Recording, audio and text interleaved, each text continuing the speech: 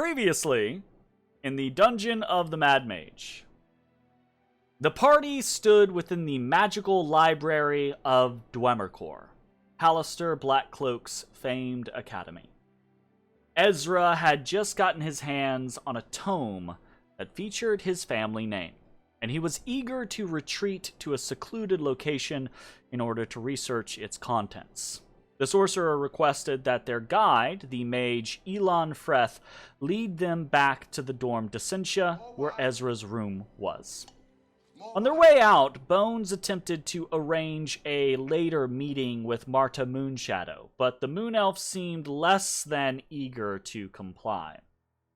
The party's journey back through the halls of Dwemercore was quiet, and after arriving back at Ezra's room, Elon excused himself and left their party to their own devices.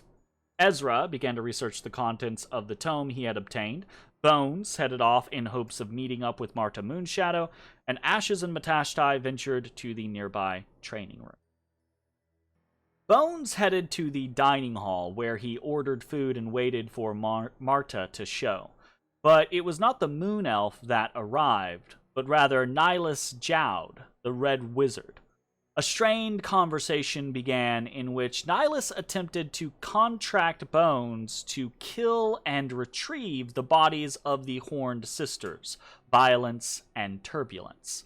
Bones was deft at handling the negotiations, or at least at making it seem like it was in Nihilus's best interest to believe that Bones would get the job done.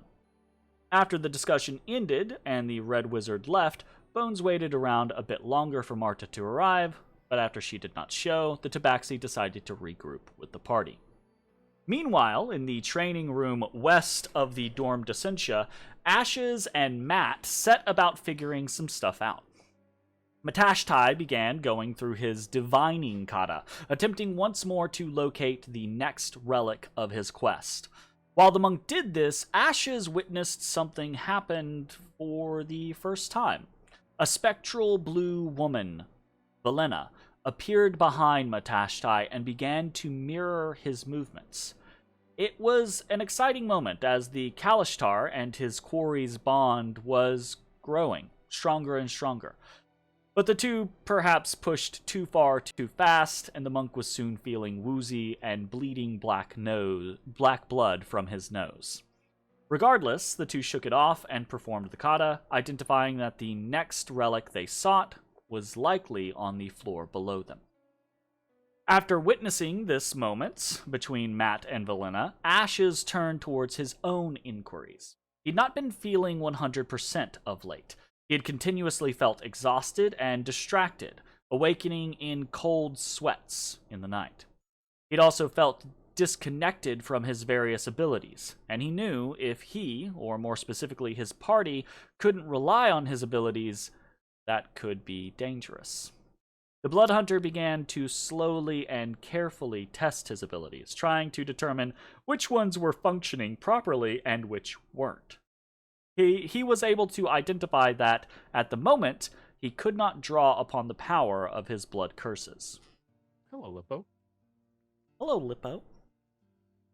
Back in his room, Ezrah pored through the tome he had found in the library, the Halaster Project.